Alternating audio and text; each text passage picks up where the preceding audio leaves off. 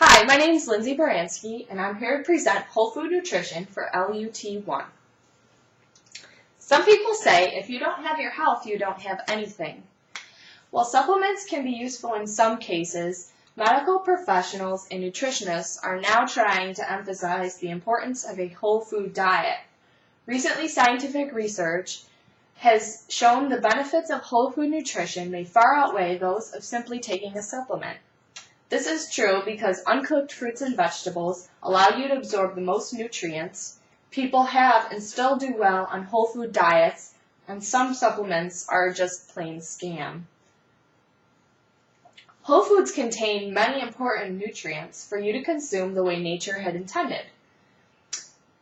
Food Not Nutrients is the fundamental unit in nutrition, is an article in Nutrition Reviews Journal, authored by Jacobs and Tatzel and published in 2007. This article takes a look at the different components of whole foods and how they work together so that your body can absorb the most that it possibly can from that one food item. The authors concluded that whole foods and not supplements or fortification will be the key to preventing chronic and life-threatening illnesses such as heart disease and cancer. The second example takes a look at a study in 2008 by Granger.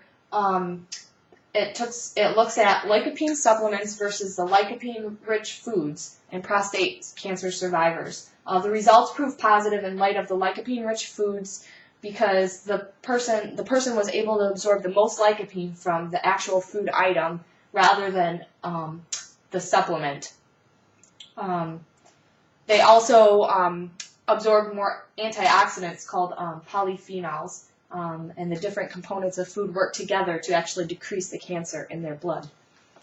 Cultures have and do thrive on whole food diets. You are what you eat. This is not rocket scientists. Everybody knows that eating healthy is good for your body. The Mediterranean diet is something that a lot of scientists are looking at now. I referenced a study done this year, actually,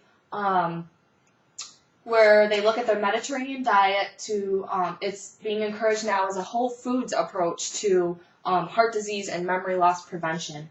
Also, the mid-Victorian English working class, they had a mortality rate that is the same as ours is today, 117 years ago. This is directly due to what the authors concluded this year was their nutrient-rich diets and mostly whole foods. This brings us to our visual aid.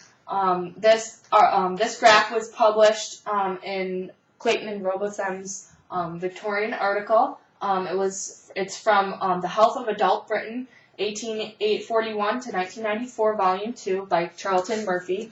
On the left, you can see there's the percentage of deaths. On the right, you can see the legend, which lists the causes. The two we're going to look at here are the diseases of the circulatory system, heart disease, and cancers. In 1880, what made up less than 10% was the heart disease, there was a little bit more, and the cancer combined. In 1997, England, you can see that now the two combined here make up what is 70% of the deaths today. There's a lot to be argued about it, but the solid facts are there. Not all vitamins are good. In 1994, President Clinton passed the Dietary Supplement and Health Education Act. They did this because they thought people's health was important. What it did was limited the FDA regulation on supplements because they're not a food item. They're a derivative of food. They just contain the nutrients in a pill form. This left the responsibility of proving a quality product to the manufacturer. I don't know about you, but I don't really trust what somebody tells me unless I know the facts. Many of the risks associated with taking supplements are now coming to light as a result of scientific research done over the last decade. For example, a review done in 2005 concluded that high-dosage vitamin E supplementation may increase all-cause mortality. This is a huge, very popular study done in 2005. Published in a lot of journals. Vitamin E is actually recommended in high dosage to cardiac patients. Also, the American Journal of Clinical Nutrition pooled results from different studies and concluded that countries who have a high dose of calcium actually do not have a higher decrease or a larger decrease in hip fractures. We're going to conclude here that whole foods are the best source of nutrition for your body. Science is strongly pushing in that direction.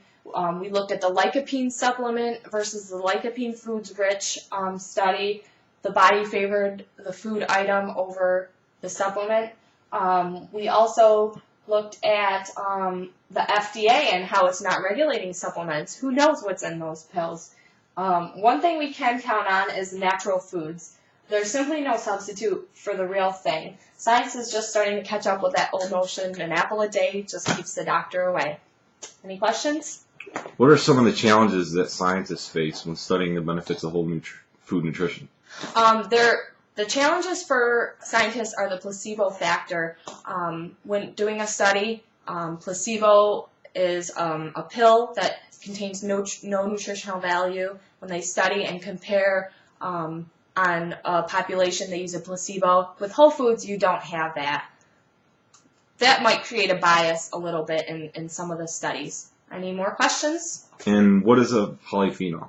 Polyphenol is a pigment. It's in all fruits and vegetables. It contains the antioxidant qualities of the plant. It also is what you see as the skin, the color, and taste. The most commonly known polyphenol is a flavonoid. Any other questions? No, that's all. All right, that concludes our presentation.